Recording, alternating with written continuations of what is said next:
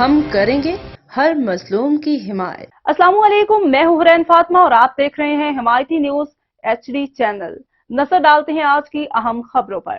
خبر شامل کرتے ہیں کراچی سے۔ حمالدیہ ٹاؤن کے علاقے گلشن مزدور کی عوام کا کے الیکٹرک کی جانب سے بجلی کی غیر اعلانیہ لوڈ شیڈنگ اور اوور بلنگ کے خلاف خبری روڈ پر احتجاجی مظاہرہ۔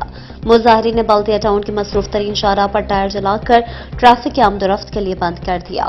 ہب ریور روڈ پر ٹریفک کی روانی متاثر، عوام کو سخت پریشانی کا سامنا کرنا پڑا۔